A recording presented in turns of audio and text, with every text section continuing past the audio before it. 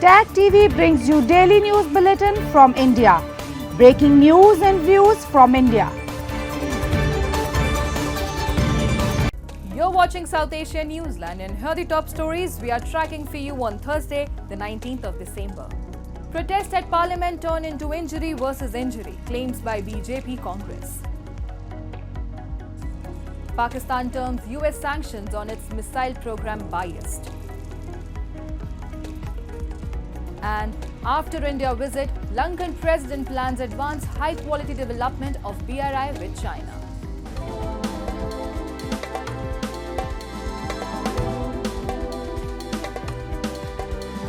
And now for all the details. The winter session of Parliament on Thursday witnessed protest, counter-protest and brawls, and now a police case against leader of opposition Rahul Gandhi over Home Minister Amit Shah's Ambedkar in the fashion remark. Parliamentary Affairs Minister Kiran Rijiju claimed that two BJP MPs were seriously injured by Rahul Gandhi before the Congress claimed an injury to one of its own. Party President Mallikarjun Kharge wrote saying his knees had been hurt in the protests. Meanwhile, Rajya Sabha Deputy Chairman on Thursday rejected the impeachment notice given by the opposition seeking the removal of Vice President Jagdeep Dhankar. Around 60 opposition members had signed the notice seeking the removal of Dhankar from his post on December 10, alleging that they did not have trust in him and he was biased. The Parliament's winter session commenced on 25th of November, with both houses getting adjourned fairly early almost every day due to disruptions. Reality ये है, इन्होंने अंबेडकर जी का अपमान किया है, उसकी apology होनी चाहिए और रिजाइन करना चाहिए होम मिनिस्टर को। और जो मेन मुद्दा है जिसको ये मिटाना चाह रहे हैं, घुमाना चाह रहे हैं, मेन मुद्दा है कि नरेंद्र मोदी जी के मित्र अदानी जी के खिलाफ यूनाइटेड स्टेट्स में केस है, उनको वहां इंडाइट किया गया है और अदानी जी को नरेंद्र मोदी जी हिंदुस्तान बेच रहे हैं। At least 5 terrorists were neutralized and 2 Indian Army personnel were injured on Thursday in an encounter in Kulgam district of Jammu and Kashmir. Soon after receiving intelligence inputs about the presence of suspected terrorists, security forces launched a cordon and search operation. However, the situation turned around as a gun battle after terrorists opened fire on the security forces who retaliated. Indian Army's Chinnar Corps said that the terrorists opened a heavy volume of fire when challenged by the security forces. Security forces could not immediately divulge details about the identity and affiliation of these militants.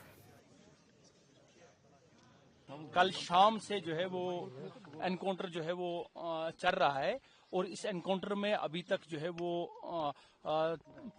5 जो है वो terrorist जो है वो मारे गए हैं।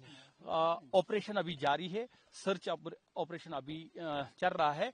बाकी डिटेल्स जो है जब ऑपरेशन कंक्लूड होगा हम आपको बाकी जानकारी दे देंगे।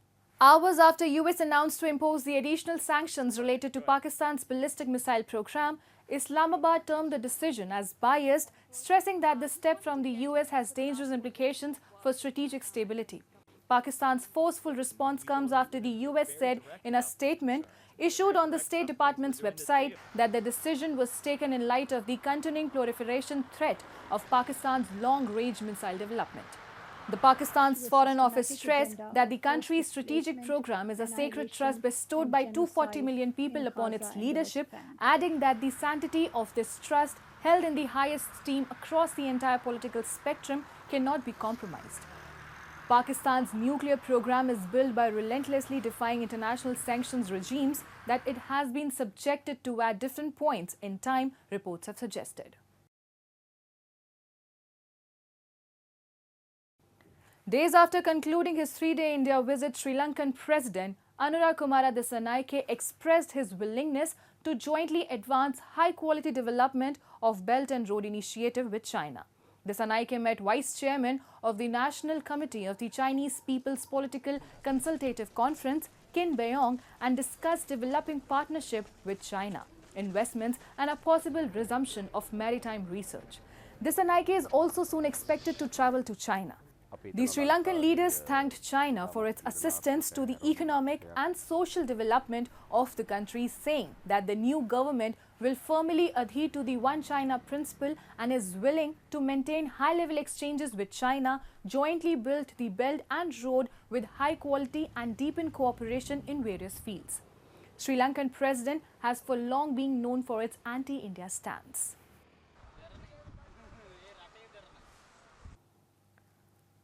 Bangladesh's interim government led by Muhammad Yunus has accused energy supplier Adani Power of breaching a multi-billion-dollar agreement by withholding tax benefits that are power plant central to the deal received from India. In 2017, the Indian company controlled by billionaire Gautam Adani signed an agreement with Bangladesh to provide power from its coal-fired plant in eastern India. Dhaka has said it hopes to renegotiate the deal, which was awarded by the then Prime Minister Sheikh Hasina without a tender process and cost Bangladesh far more than its other coal power deals. Dhaka has been behind on payments to Adani Power since supply started in July 2023. It owes several $100 million for energy that has already been supplied, though the two sides dispute the exact size of the bill. Bangladesh's de facto power minister said that the country now had enough domestic capacity to cope without the Adani supply, though not all domestic power generators were operational. The Nepal BFSI summit was held in Kathmandu on Thursday, which brought together prominent leaders, policymakers and experts to discuss strategies for deepening sustainable financing to tackle climate change. The summit addressed critical issues surrounding climate change mitigation and adaptation. The summit featured a series of panel discussions and technical sessions where prominent leaders shared their insights on how financial institutions can drive sustainable development. The event also focused on the collaborative role of financial institutions in supporting sustainability. The Nepal BFSI Summit 2024 underscored the critical role of the BFSI sector in achieving sustainable growth. By addressing urgent issues such as climate finance, regulatory innovation, and green investment opportunities, the summit aimed to strengthen the capacity of financial institutions to contribute meaningfully to climate change mitigation and adaptation efforts. Climate change, as the previous speakers have pointed out, is a reality, particularly for us, the countries in South Asia, which are all developing countries. The negative effects of climate change have been visible in the last few years, whether it is melting of glaciers, the frequent incidents of floods, and the consequent damages to the life and property. It all, in a sense, reflects the adverse effect that we are facing in this region due to the climate change. Even as the countries of the South Asia region, including Nepal and India, join hands with global community to address these challenges, there is, I believe, a greater need for regional collaboration and regional solutions, because ultimately it is a problem that we have to face. That's all in tonight's edition. We will see you same time tomorrow. Good night.